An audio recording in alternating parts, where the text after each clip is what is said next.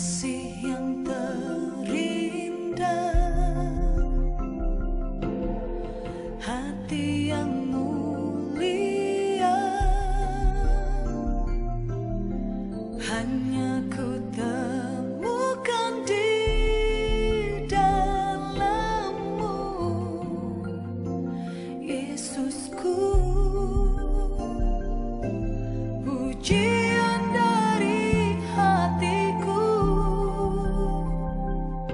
selalu di setiap waktuku, tiada pernah berubah kasih-Ku. Karya terbesar dalam hidupku, pengorbananmu yang selamatkanku. Engkaulah harta yang tak ternilai, yang ku miliki dan ku hargai. Yesus, Engkau ku kagumi.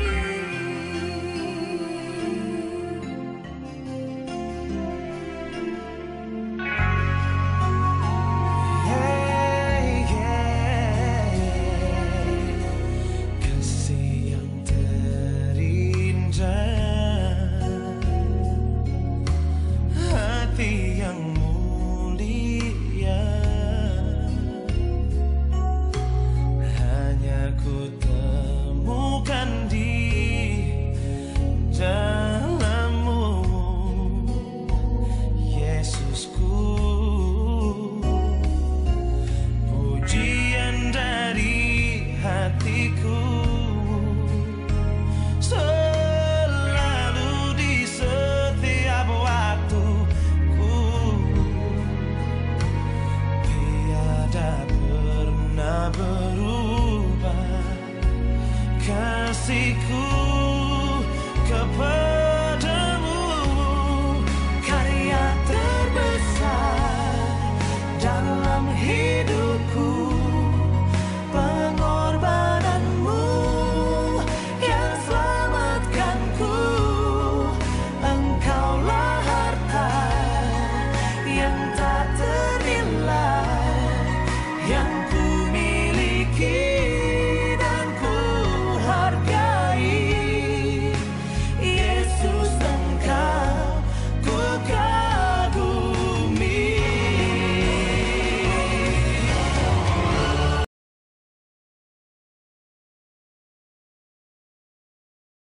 Dalam pertemuan hari ini saya memberi judul mengalami anugerah dan kebaikan Tuhan.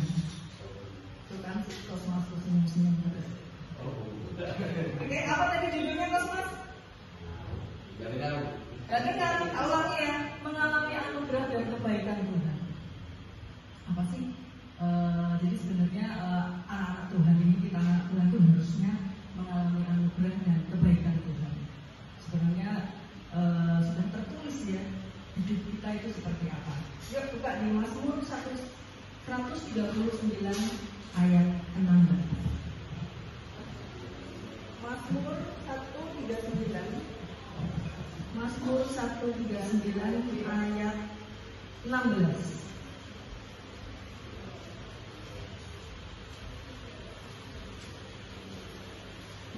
Sudah ketemu? Sudah? Dibaca bareng-bareng yuk. Pelan-pelan biar apa?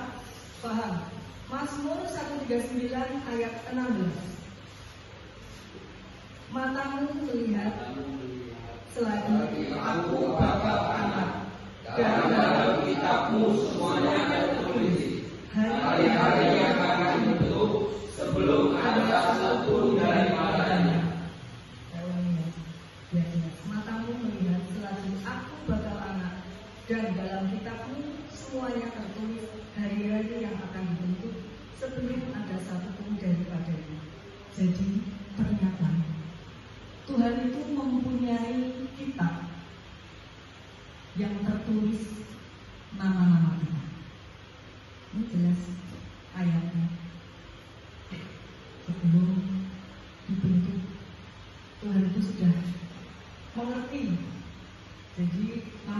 Atik, Tuhan itu sudah menulis bahwa Atik, besok usiamu 50 tahun, kamu melakukan pelayanan di lapas narkoba dan kamu itu tertulis, saya percaya. Jadi apa yang terjadi atas hidupmu itu semua sudah dituliskan Tuhan dalam kitabnya. Jadi kalau yang kitab ini kan ada Roma, ada Yohanes, ada Mazmur tadi yang kita baca. Dan ternyata Tuhan itu mempunyai satu kitab yang isinya nama-nama kita. Dan anak-anak Tuhan harus meyakini bahwa apa yang dituliskan Tuhan itu hanya hal-hal yang baik saja. Tidak ada rantangan kecelakaan di kitabnya Tuhan. Ya kan? Yeremia 29 ayat 11 itu sudah berulang kali kita baca itu. Yuk baca salah satu yang sudah ketemu. Yeremia 29 ayat 11. Yeremia 29 ayat 11. Beginilah bunyi firman Tuhan. Sebab aku ini mengetahui rancangan-rancangan apa yang ada padaku mengenai kamu. Demikianlah firman Tuhan, yaitu rancangan damai sejahtera dan bukan rancangan kecelakaan, untuk memberikan kepadamu hari depan yang penuh harapan. Amin. Ya kan? Tertulis jelas kan bahwa Tuhan itu tidak merancangkan kecelakaan atas hidup anak-anaknya. Percaya enggak? Tetapi kenapa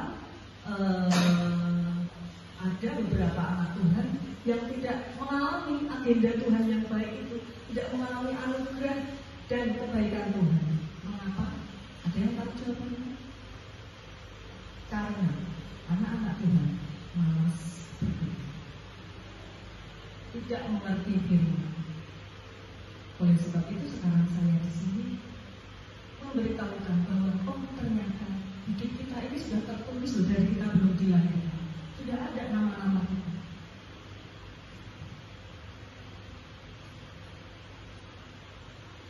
Sudah sejak 2000 tahun yang lalu masalah dosa itu sudah beres karena Tuhan Yesus mati di kayu salib. Itu dosa sudah nggak ada loh. Kalau kalian semuanya sudah benar-benar bertobat, dosa itu sudah selesai, nggak ada filenya lagi di tangannya Tuhan, selesai.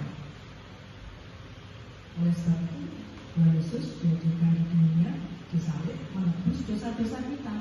Harusnya kita ini bersyukur gitu loh. Ada Tuhan Yesus yang datang ke dunia menghapus dosa-dosa kita. Masalahnya iblis ini nggak suka kalau anak-anak Tuhan itu menjalani hidupnya sesuai agenda Tuhan. Jadi iblis itu berulang kali berusaha selalu membujukmu, mempengaruhi kamu supaya hanya memikirkan dunia saja. Ya kan? Iblis itu gak suka lah, gak bener nih. Iblis itu kan mengerti juga dia mengenai firman Tuhan. Di ayat itu loh yang waktu Tuhan jalan-jalan, terus Tuhan nanya, iblis kamu dari mana? Kan? Jadi kan iblis ini ngerti nih firman Tuhan tahu. Makanya begitu tahu di Mazmur 139 ayat 16 tadi dikatakan bahwa Tuhan itu sudah merencanakan agenda hidup kita sebelum kita lahir. Iblis ngerti, wah ini aku harus berusaha keras nih setiap hari, setiap saat aku ganggu manusia. Seharusnya kalau kita ini sudah mengerti, kalau yang mau kita lakukan ini benar-benar melanggar, tidak sesuai dengan firman Tuhan, harusnya stop, jangan mau dipengaruhi iblis. Kalau kita sudah dibaptis, kita sudah mengaku dosa, itu kan sudah selesai, tidak ada dosa lagi. Yuk dibuka lagi coba di Ibrani 4 ayat 14 sampai dengan 16. Ibrani 4 ayat 14 sampai dengan 16. Ya dibaca satu ayat, siapa gantian? 14 sampai dengan 16. Ibrani 4. Ibrani 4 ayat 14. Yuk mulai. Berikut murid yang besar. Karena kita sekarang mempunyai Tuhan besar agung yang telah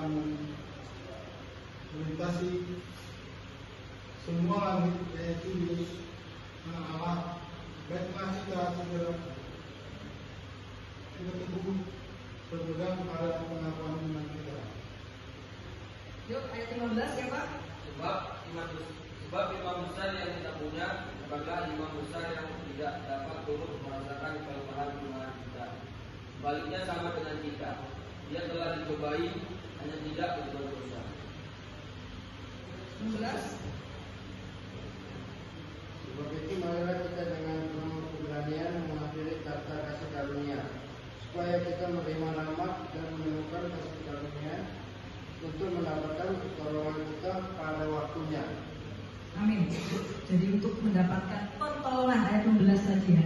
Untuk mendapat pertolongan kita harus dengan penuh keberanian menghadap Tuhan. Artinya apa?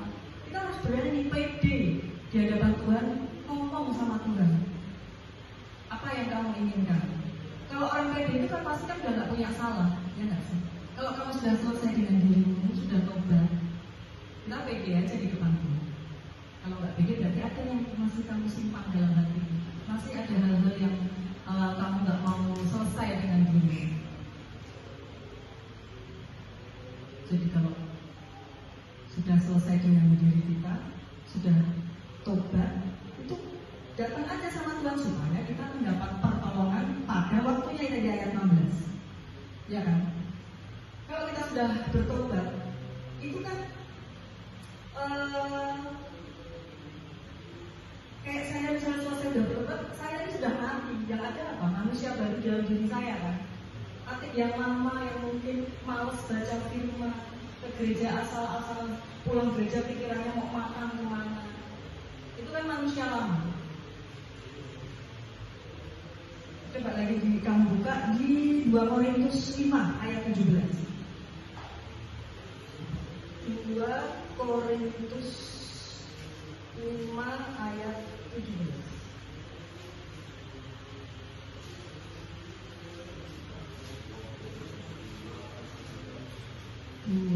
Korintus 5 ayat 17. Jadi siapa yang ada di dalam Kristus, ia adalah ciptaan baru, yang lama sudah berlalu, sesungguhnya yang baru sudah datang. Jadi kalau sudah selesai bertobat, manusia lama lagi udah jangan dipakai lagi. Kalau kamu masih pakai manusia lama lagi, ya hidupmu akan muter-muter seperti itu saja. Terus 1 Yohanes 1 ayat 9. 1 Yohanes 1 ayat 9. 1 Yohanes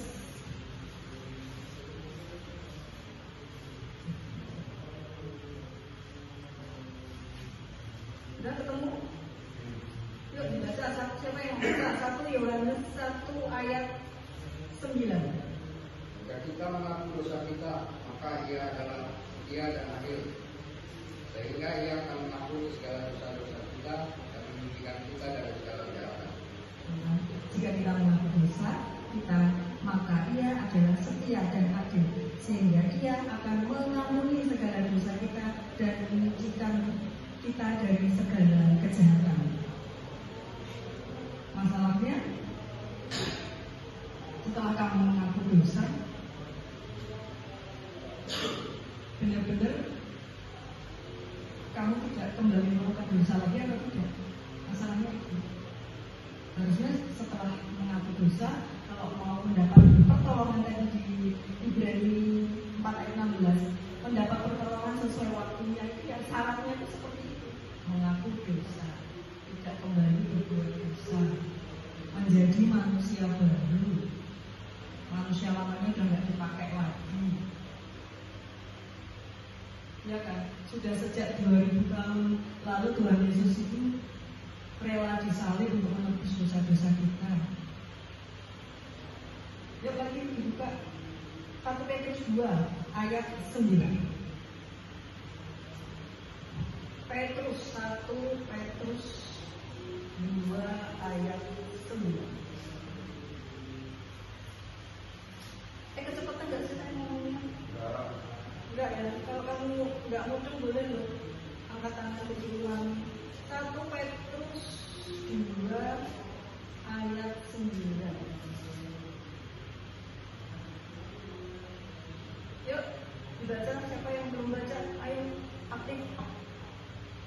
1 Petrus 2 ayat 9. 1, 2, 3, yuk baca. 1 Petrus 2 ayat 9 demikian bunyi firman Tuhan. Tetapi kamulah bangsa yang terpilih, imamat yang rajani, bangsa yang kudus, umat kepunyaan Allah sendiri, supaya kamu memberitakan perbuatan-perbuatan yang besar dari Dia yang telah memanggil kamu keluar dari kegelapan kepada terangnya yang ajaib. Kamulah bangsa yang terpilih. Kita semua itu orang-orang yang terpilih sebenarnya. Terpilih untuk apa? Terpilih untuk menjadi imamat yang rajani. Kalian semua ini laki-laki harusnya menjadi pemimpin yang imamat yang rajani karena terpilih. Nah, ini tuh juga yang bikin iblis apa ya? Gak suka gitu, enak aja manusia itu. Dituliskan bahwa dia itu makhluk yang terpilih ya tadi ya. 1/2. Tetapi kamulah bangsa yang terpilih, imamat yang rajani, bangsa yang kudus, umat kepunyaan Allah sendiri, supaya kamu memberitakan perbuatan-perbuatan yang besar dari Dia yang telah memanggil kamu keluar dari kegelapan kepada terangnya yang ajaib. Imamat yang rajani itu apa sih? Imamat yang rajani itu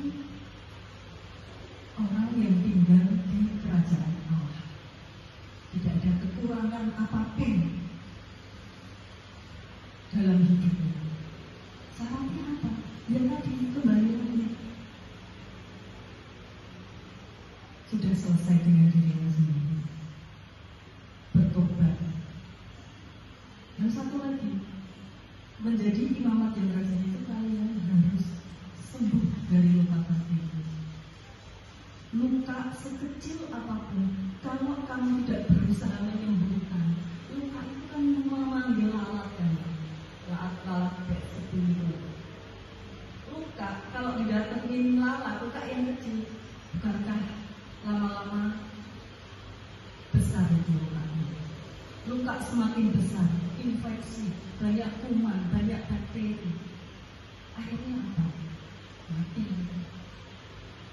Gara-gara luka kecil. Bukankah tertulis bahwa kita itu harus mengampuni berapa?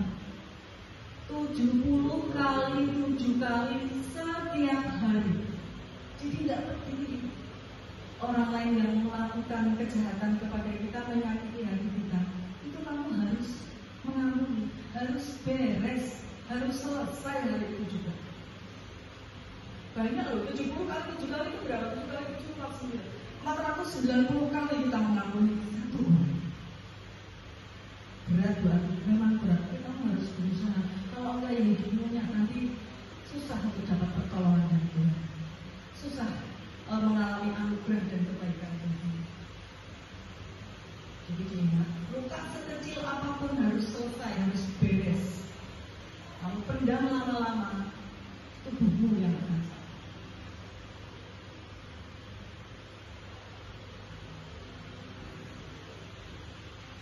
Ya nggak sih? Tapi kamu yang panggilan tadi siapa namanya? Kamu namanya siapa? Ferry. Ferry kenapa berapa tahun sih?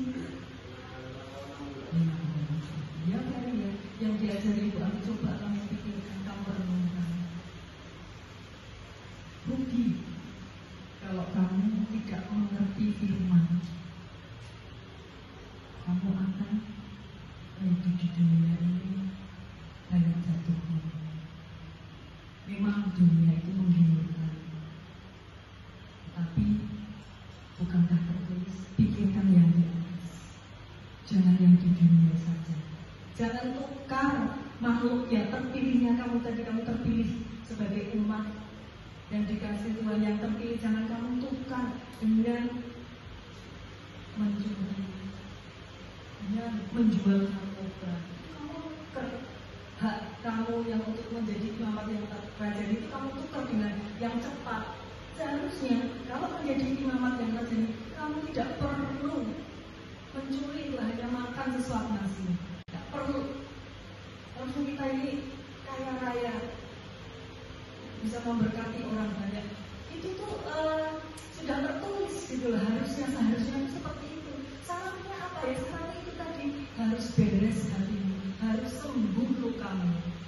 boleh menyimpan dendam, menyimpan sakit itu enggak boleh.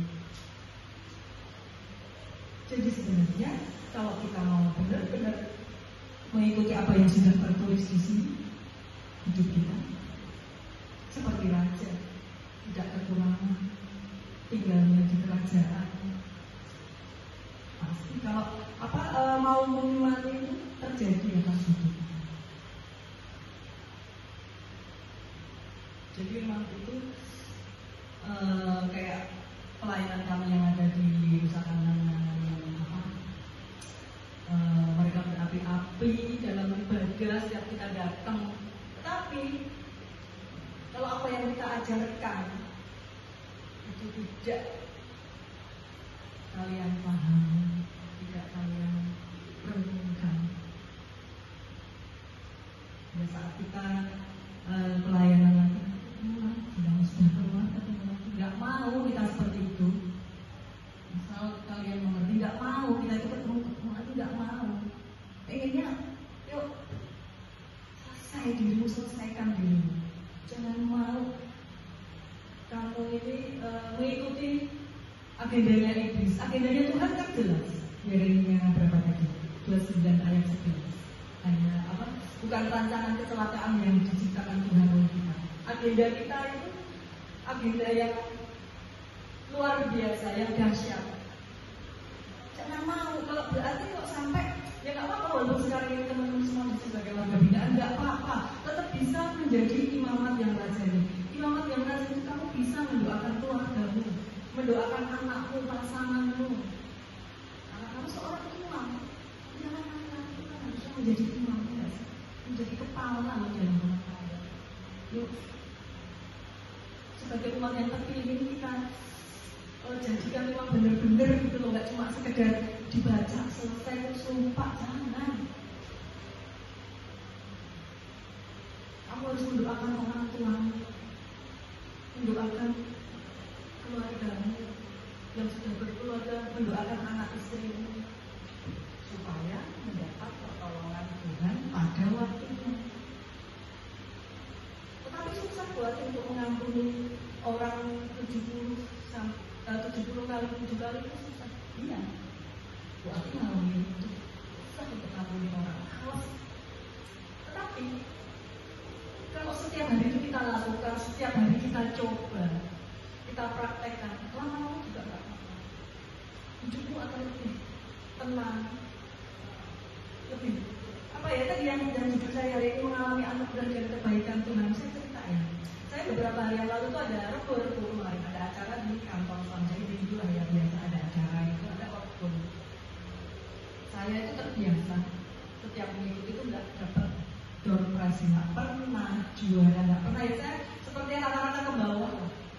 Bagi saya ya udahlah, itu paling nggak dapat apa-apa. Tapi apa yang terjadi? Begitu saya masuk acara tersebut, saya melihat di orang-orang ini yang ya dulu mungkin pernah gesek karena saya males gitu loh, lihatnya udah males gitu kayak apa sih, tapi saya ingat